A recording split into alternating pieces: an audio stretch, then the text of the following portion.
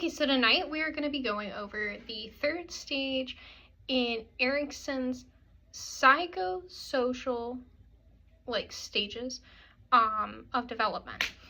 So this third stage is going to be called initiative versus guilt. So just kind of following up, or I guess reviewing the other two stages. The first one was trust versus mistrust, and that happens from infancy, so like newborn, as in like zero, completely just fresh out of the womb, all the way to a year to a year and a half. Some places will tell you that it's slightly longer. Some places, like if you look online, will tell you that it's slightly shorter. So some people are going to tell you that it only goes up to a year. Other people are going to tell you that it goes up to 2 years. Some people will right there in between, which is where I believe that it honestly stops.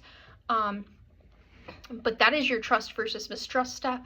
That is when you respond to your child's cries and they start to gain trust in you and thus gain trust in the world. So like, let's say your child has a wet diaper, you responding to your child when they have that wet diaper, or when they need food, or when they're upset and they're just scared, you responding to that shows them that they can trust. So the way that the description says on this chart is children who are treated with consistent love and care and have their needs met by their parents should develop the capacity for trust. So that's just, like I said, when your child is crying and they need their diaper changed, your child is crying because they're hungry, your child is just, needing your attention. So they're needing, that affirmation, basically, you love me, I love you kind of thing. That's your trust versus mistrust step whenever it comes to children. Your next step, which is your stage 2, that's going to be called early childhood, and it is autonomy versus shame and doubt. So based on this chart that I'm actually looking at, it says that it starts at 2 years old and goes to 3 years old, up to 4 years old. And that basically says that children should be encouraged to exercise free will and try out new skills. Discouragement or lack of encouragement may lead to sustained self-doubt. Essentially what that's saying is when your child is trying to do something and they're trying to kind of be independent, you encouraging them and you basically being like, you're doing a great job, you're doing wonderful, I'm so proud of you, you're a fantastic child, you're doing awesome. Like, one of my favorite things to do with my toddler is he learned how to do high fives. So I go, hey, give me a high five. And he'll sit there and he loves giving high fives.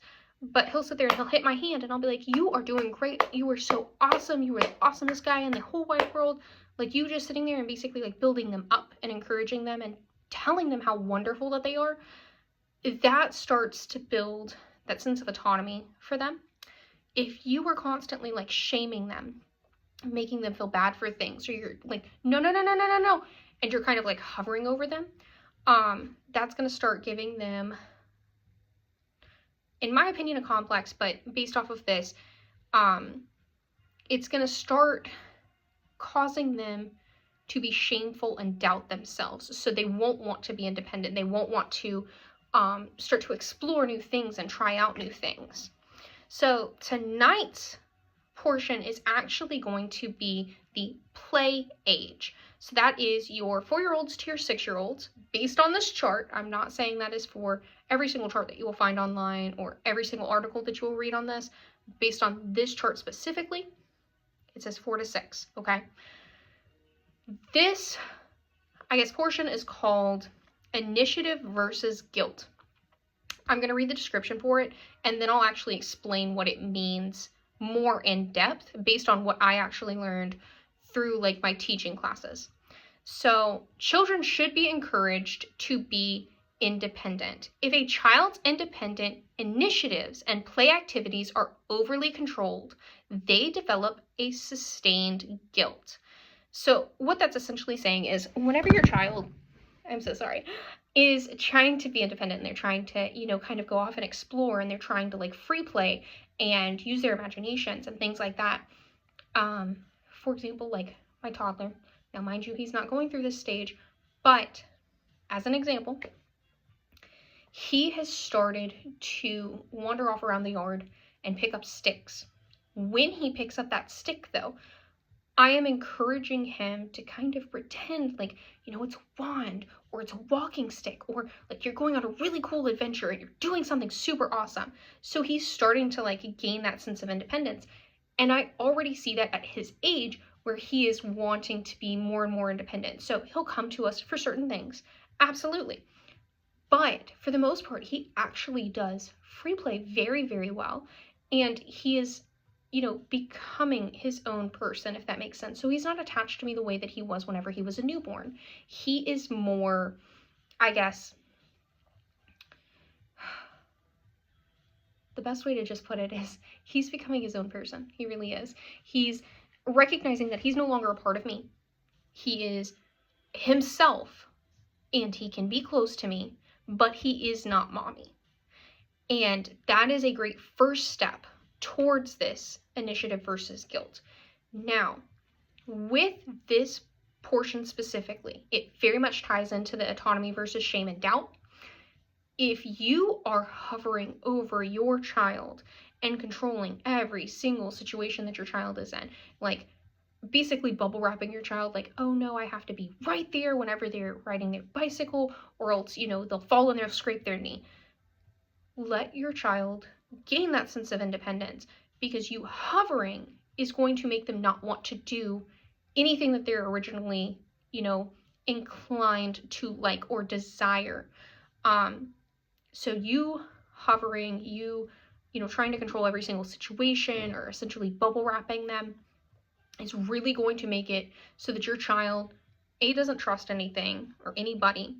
It's going to make it so that they don't, I guess, like perceive the world in a way that they feel like they can do things for themselves. So they're not going to want that sense of independence. And they're going to feel guilty or like doubtful of themselves. They're not going to be confident in the way that you would want them to be. They're going to be like, oh, well, mom said this, so that must mean this. But they're not going to want to think for themselves, if that makes sense. When your child is going through this portion of Eriksons stages of development, you want to make sure that, like I said, you're not hovering, you're not, sitting there trying to control every single situation that they're in. Yes, of course you want your child to be safe. I 100% understand that. You want your children to be safe. But keeping them from a scraped knee or a scraped elbow or a busted lip just because you're scared that they're going to get really hurt is really going to start impacting them if you are constantly doing it. Like if you do it once, I don't think that's going to have a massive impact. But if you were sitting there every single time they try to climb a tree, you're like, no, don't climb that tree. You're really going to cause them to not want to be independent. They're not going to want to grow, and they're going to be very like guilt-ridden or doubtful of themselves. They're not going to gain that confidence that they need to actually become, more independent and more a one-person kind of thing, if that makes sense. This is the chart that I'm using.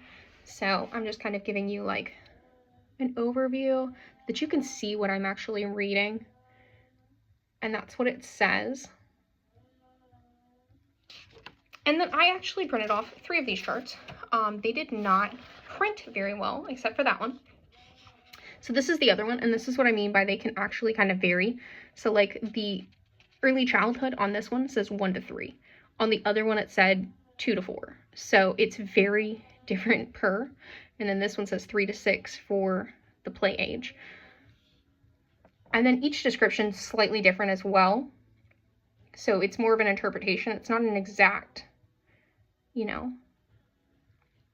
statement from Erikson himself. It's just the interpretation that this person specifically had for that.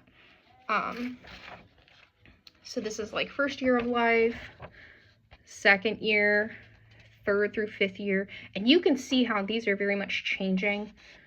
So these are not exactly the same as the other one.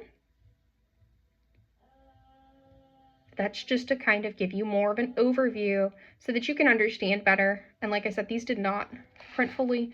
So for some reason, they were not letting me print the sides of these. And I kept trying to get them to, and they weren't.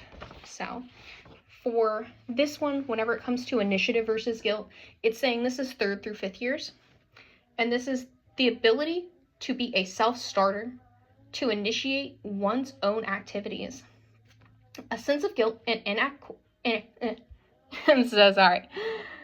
A sense of guilt and inadequacy to be on one's own. So that's the unfavorable outcome. So this is actually talking about the favorable versus the unfavorable versus the actual description. So it's not giving you a description, it's just telling you like, this would be the good outcome that you want for your child, and then this would be the very bad outcome. So you're trying to make sure that your child's staying in those, favorable outcomes for that one. And then this one's saying play age, which is initiative versus guilt, is 3 to 6, which is very different from the 3 to 5. So like I said, each one of these is actually going to tell you a slightly different thing. And your virtue for this one is going to be your purpose. It's taking initiative on some activities. They may develop guilt when unsuccessful or boundaries are overstepped. So this one gives you a completely different description than this one did. The way that I had actually interpreted it whenever I was going through my teaching classes was basically with the initiative versus guilt. This is your child gaining a sense of independence. They are wanting to overstep boundaries, but they're only going so far. And it's not that you don't want to correct them. It's that you don't want to continue to overcorrect them, if that makes sense. So right now my son's potty training. He pees on the floor because he's in boxers and briefs. I'm constantly having to clean up pee because if I don't get to him in time so that he can go to the toilet, he's going to pee on the floor. That's just how it is. Since we're not using pull-ups. If I am constantly like nagging on him, he will get to the point to where he's not wanting to pee at all, regardless of whether or not I put him on the potty, I'm putting him in pull-ups, or I'm, just letting him pee as he does. So you don't want to sit there,